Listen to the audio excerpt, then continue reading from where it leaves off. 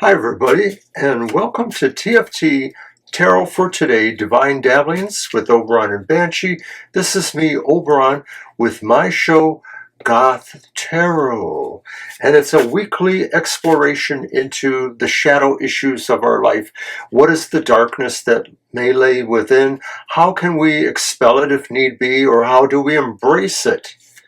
All of that and more with a shadow work element that I take from the Earth and Bone Oracle. But today is special because I'm going to be using for the first time ever on Goth Tarot the Midnight Oracle, the Midnight Boulevard Tarot. There is also Midnight Boulevard Lenormand Oracle, which my wife Banshee pointed out to me. Anyways, this is a uniquely moody and dark take on tarot, and I find myself coming up with numbers of, well, not numbers, I exaggerate, but I find myself coming up with a couple of interesting ideas for how to use these cards on Goth Tarot or along with other oracles in tarot. So today, though, I'm just going to throw 3 cards from this beautiful deck, the Midnight Boulevard. It's by Tavada.com. That's where I got it from. It's a little pricier than normal. They have an amazing array of beautiful and artistic decks. This one, and I did do an unboxing of it a week or two ago. This one shuffles well. Everything about it is really beautiful, in my opinion. I gotta forget this camera's on reversal. So I highly recommend it. I also bought this nice cloth to use to read and a bag to use to put the cards in.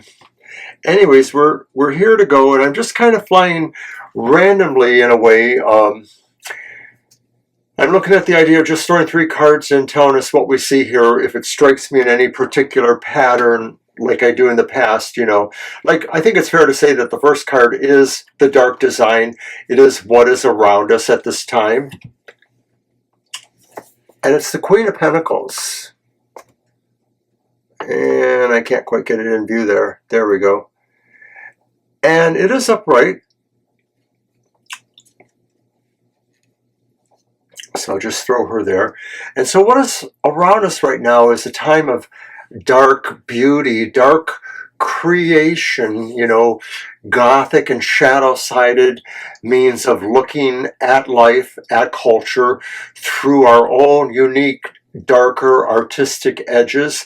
So this is cool for people like me that, admittedly, I'm not very artistic or crafty, but I try to apply what I feel about, the emotional Gothic shadowy sides of life to the art that I can do.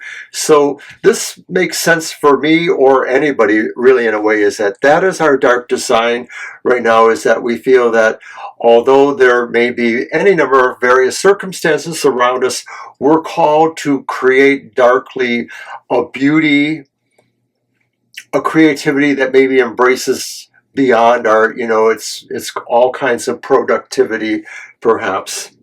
So then all right, so that is our dark design, the idea of a flourishing in our minds, at least, of embracing the dark creativity that we have access to. So now for the next card, I'm going to use the idea of the dark drama, the influences of others, how people may be trying to influence you, or possibly gossip or secretive things of any sort. And so these are external factors that may intrude upon card 1.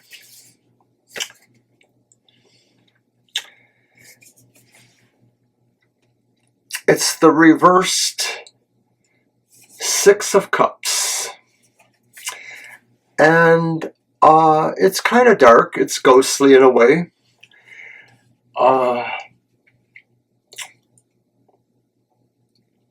Other people maybe are trying to see how they can come back into your lives.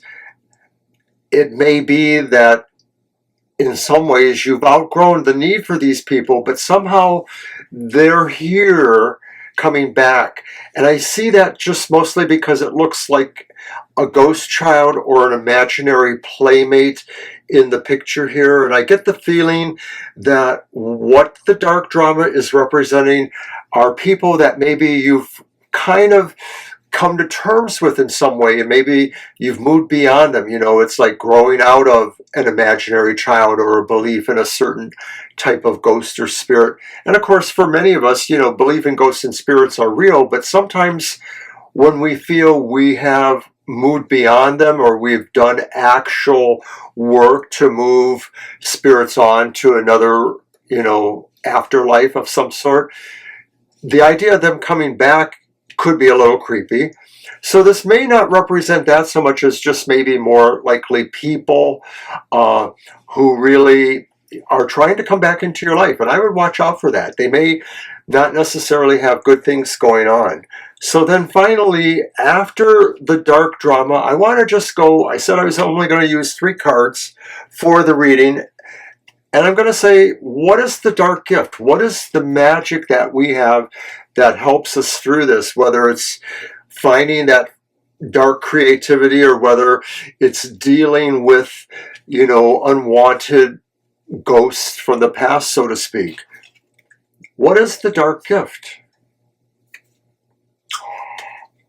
I don't know if I like this dark gift. It's death reversed. And of course, it's very traditional looking. It's, you know, fits the whole idea of death fits well with Midnight Boulevard, I think. The Midnight Boulevard. But we all know that there can be a lot of inertia and reluctance to find change. And so the dark gift may be saying that maybe the resistance towards the dark drama or towards anything right now is to maybe just sort of lockstep and not move. And, you know, a lot of us can feel this on a number of ways too. You know, either it's because we don't necessarily like the holidays, or we don't like aspects of them, or we don't like the way we feel the culture or our lives are going right now. And so maybe this does represent a form of resistance too, and ties it more to the idea of what we can accomplish through the overall impressions that our dark art needs to flourish, that we need to maybe express some of these ideas a little more creatively. So with that in mind, I think I would like to pull a shadow work card, oracle, and affirmation from the Earth and Bone Tarot.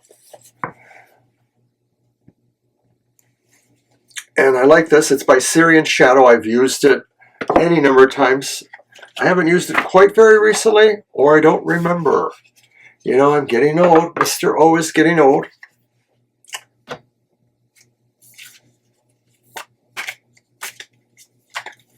There.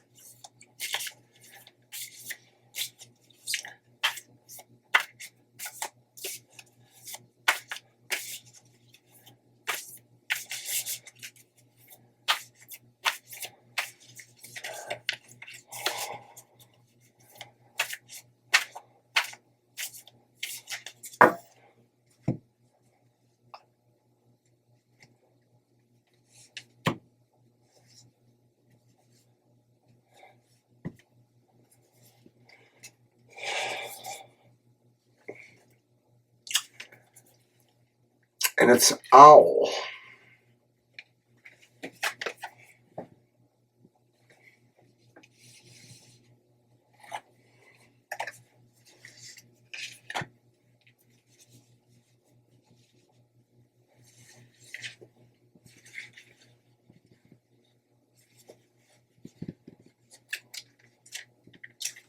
Number 36.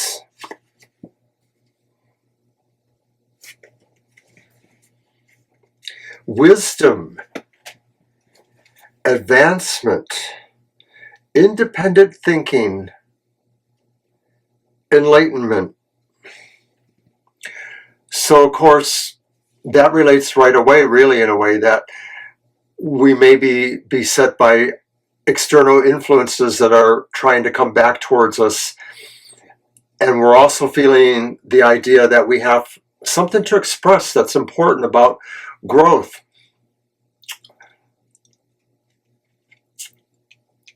But our gift is telling us to hold back, or to kind of hold fast a little bit, to not necessarily move quickly, directly. The spirit of the owl calls to you. You are beginning to shift your views, not based on the illusion of attaining your goals, but by learning that you already are that which you seek. Continue to act as if the things you want are already a part of your reality. Make the mental shift from scarcity to abundance. Make from what is to what is not. Replace the tools you'll need to connect yourself with the manifestation of your reality in your imagination. Choose to adore and love yourself. This isn't about adoring your outer self or accepting your external physical self. It's about accepting and loving the greatness and beauty of your inner existence. You're getting over your cynicism. You realize that you are more than your senses. You have begun to recognize and commit devotion to your own wonderful essence. Awaken to the incredible miracle you are. You are entering the higher dimensions. You can hear the teachings of the ascended masters. Continue to ignore any and all interference. You are being called to reflect on what you are feeling and why. Take time to ponder where these feelings are coming from.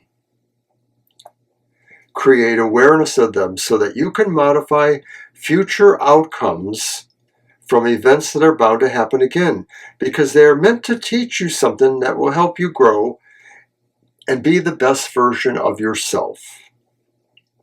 Consider how you could be more awake and present in similar circumstances in the future. Examine how you feel in the situation and realize that you have the power to change it by making a choice and following through. Affirmation. I can connect my consciousness with the universe and guarantee myself peace at any moment.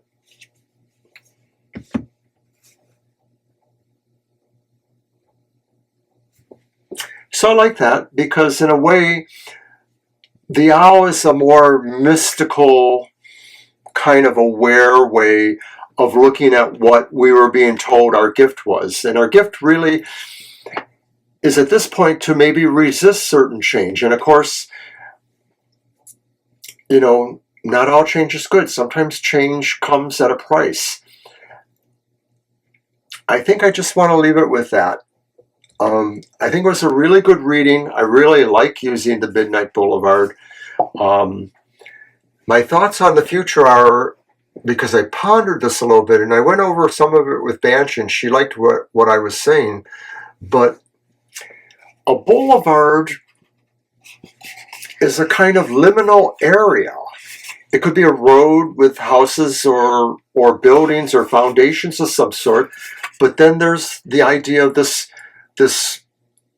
lawned or landscaped or wooded middle part that maybe divides that road. And so to some degree, if they're large enough, there could be parks there. But either way, the idea of a boulevard presents a liminal area, an area that has qualities of both. And I want to explore that with this deck in the next week or two, with some of my ideas for blending them with other oracle cards and whatnot. So until next time, don't forget to watch us live tomorrow night at our usual time, 7 to 9 p.m. And then also I'm on Friday with my emotional exchanges, which is a kinder look at what our relationships and love life may be like happening in the week ahead. Also on Saturday, our normal time, happy hour, the 1 hour live stream we present with just a single card for each person that kind of presents a good thing happening for them this day or this week. That's happy hour Saturdays at 10 a.m. And then to round out the weekend, Banshee is on Sundays with her Material Matters. It's pre-recorded at 10 a.m., but it's getting really popular. Last week we had an astonishing amount, well, a bigger than normal amount of people just tune in. And even though it's recorded, we have a live component. We gather in our chat room and we talk about the reading a little bit more, Banshee does, and we share with each other. So it's a great extra experience of being with our tarot tribe. We thank you very much. And of course, later on Sunday from 2 to 4 p.m. is our regular live stream. Like Thursday night, we answer the general questions we may get. And that's first come, first serve. Sundays are busy. So until next time, we will see you again. Take care and bye.